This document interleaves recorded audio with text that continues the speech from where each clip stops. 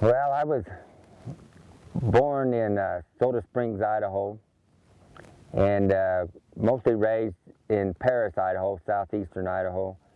Had the chance to ride with some really good hackmore man back there, George Hume, and I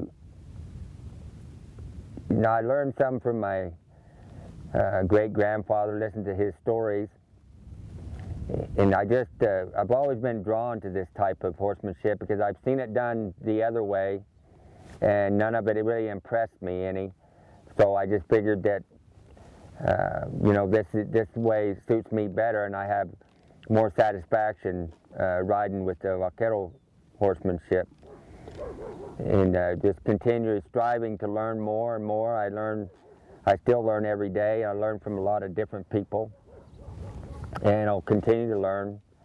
I'll never probably reach my goal, but striving for that goal will be, satisfying enough. I'm true to these roots. Even when I show just the way I am. I am who I am, and I'm proud of who I am. So I'm not going to change because it doesn't fit a certain type of group of people to fit into the show world or to fit into the Texas world, Oklahoma world, or whatever it may be. I am who I am and always will be, true to these roots. I feel this Vaquero horsemanship is a real important part of our heritage. So that's why I enjoy trying to communicate to people and show them this style of horsemanship because I think it's being forgotten, and there's a lot of misunderstanding of what Vaquero horsemanship is. Some people go to horse shows and see what they think is the Vaquero horsemanship when it really isn't.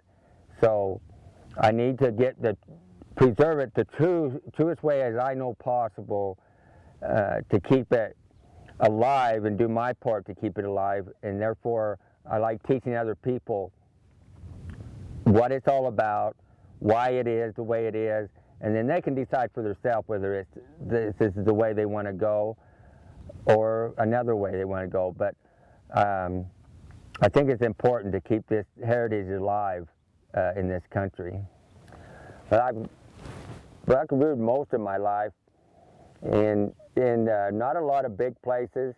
MC was the biggest place I ever buckarooed on, most because I had a family at a young age, and so I stayed with smaller ranches around Idaho and Utah, Nevada, and some in Oregon.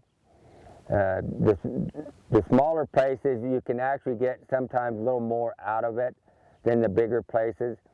You have a more opportunity to ride more on the bigger places, but seems like things are a little slower on the smaller places, smaller size places, 4,000 or 5,000 head of mother cows.